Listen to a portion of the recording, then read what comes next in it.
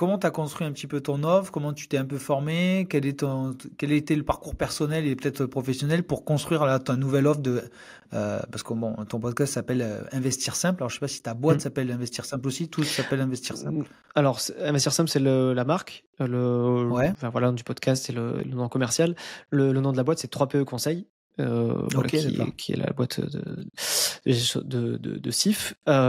Comment j'ai construit mon offre? Ben écoute, j'ai passé les habilitations. Alors déjà, comment je me suis formé à titre perso, parce que je pense que c'est plus intéressant, parce qu'en réalité, la formation Ouais. officielle, alors je vais pas être trop critique là-dessus, mais on va dire que Attention. c'est pas ça qui m'a donné les compétences que j'ai aujourd'hui pour conseiller les gens, clairement.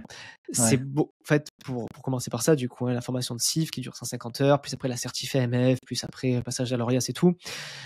Voilà, c'est beaucoup de réglementation, c'est beaucoup de conformité, c'est des trucs pas très très marrants à apprendre, mais c'est pas là où tu apprends à créer une allocation d'actifs, c'est pas là, enfin, oui, tu l'apprends un peu, mais en réalité, moi, ce qui m'a donné les compétences aujourd'hui pour constituer un portefeuille sur un PEA, une assurance vie, un PER, bref, peu importe, pour faire des placements, des CPI, tout ça, c'est mon expérience perso, tu vois, c'est ce que j'ai fait moi à titre perso, ce que j'ai pratiqué, ce que j'ai étudié en autodidacte, quoi. Même si bien sûr, tu le vois dans la formation SIF, mais tu parles beaucoup plus réglementation que conseil et placement, tu vois. Donc du coup, c'est pour ça que je vais parler plus de mon expérience perso. Donc j'ai commencé en 2017 avec l'IMO, avec un premier bien, LMNP, petit studio proche des facs de médecine à Marseille, qui était ma première expérience immobilière où, comme beaucoup de monde, je pense, j'ai fait plein de conneries, j'ai perdu beaucoup d'argent, mais enfin, j'ai limité la casse, on va dire, mais j'ai fait plein de bêtises, donc expérience très très formatrice. Et en Après, si fait, tu veux faire un focus, je te coupe, excuse-moi toi, mais si tu veux faire un focus là-dessus, vas-y hein, aussi, parce que mine de rien, ça, si tu veux y revenir, c'est aussi intéressant de savoir les écueils que tu as connus et parce que quand tu dis limiter la casse, les gens, c'est quoi? vas-y, c'est quoi? T'as Qu'est-ce que t'as perdu de fait? l'argent? Eh ouais, ils vont se dire, putain, il a perdu de l'argent, parce que on entend de tout hein, dans l'IMO et d'ailleurs dans la bourse, mais voilà, si tu peux faire un focus en accéléré, Ouais, mais en tout complètement, cas ouais, ouais. des écueils que tu as pu avoir.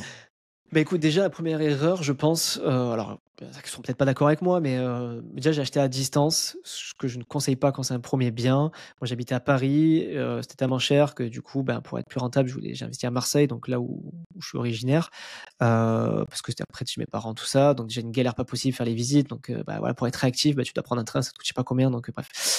Je te passe les détails, mais du coup, j'ai investi un peu, tu sais, au bout de 6 mois où tu galères et tout, j'ai investi un peu, voilà, bah, avec ce qui tombait. Donc, j'ai fait une affaire pas trop mal, mais j'aurais pu faire beaucoup mieux. Donc déjà, investir à distance pour ce premier bien, je pense pas que ce soit une bonne chose quand tu veux maîtriser tout, en tout cas tout de A à Z. En tout cas, moi, je le referais pas si c'était à refaire. Deuxième chose, c'est que l'appart était en état correct, mais il méritait clairement, bah, voilà, de la réno. Donc, genre, c'était du simple vitrage, c'était un vieux carrelage. Alors, il était propre, hein, il était bien placé et tout, donc je sais qu'il allait se louer, donc je l'ai loué direct en l'état.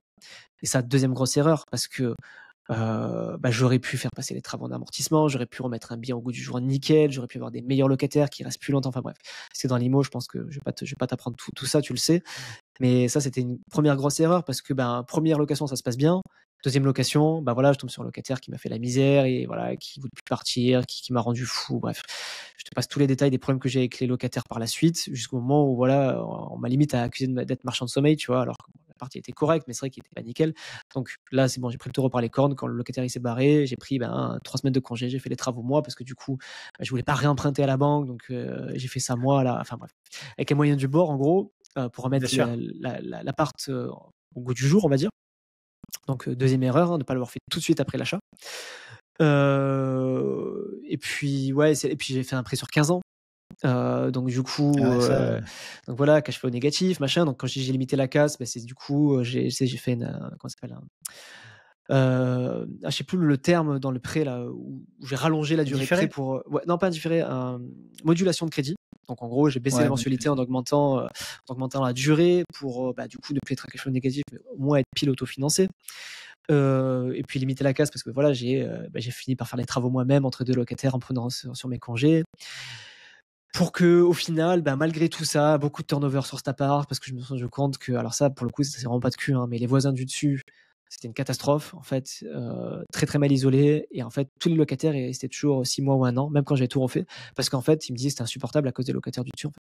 parce que Ouais. trop de bruit et machin. Et donc, au bout d'un moment, j'ai craqué, je l'ai vendu l'année dernière d'ailleurs.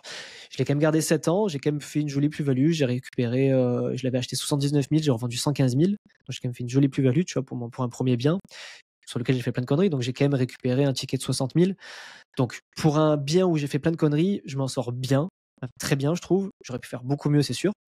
Mais voilà, j'ai récupéré ce ticket-là sur lequel, d'ailleurs, je suis en train de faire mon nouveau projet IMO, dont on pourra parler tout à l'heure si tu veux. Mais voilà, première expérience, donc très formatrice sur des choses que je ne referai pas et que je n'ai pas refait du coup par la suite. D'accord. Donc du coup, ça c'est la première expérience en immobilier. Et après, tu t'es formé sur la bourse.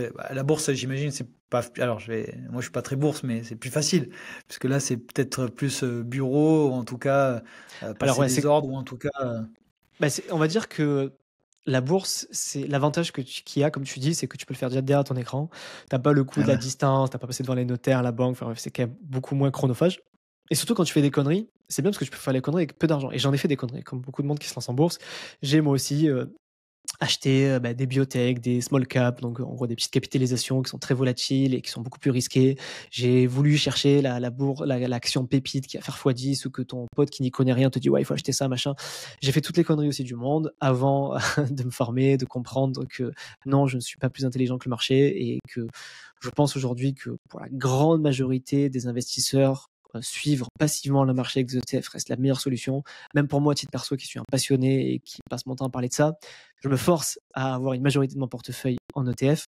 J'ai encore des actions individuelles parce que voilà, je suis passionné, même si j'ai des stratégies Tu veux beaucoup plus jouer. robustes qu'avant.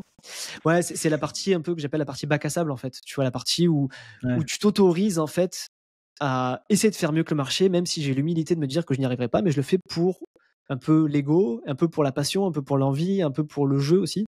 C'est toujours cool d'acheter une boîte que tu as analysée, que tu aimes bien, sur laquelle tu es consommateur aussi, et pour la soutenir aussi. Mais je suis très conscient que les risques sont pas les mêmes et je suis très conscient que battre le marché, c'est très compliqué, sur le long terme en tout cas. Donc je le fais en connaissance de cause aujourd'hui parce que je considère que c'est très compliqué de battre le marché.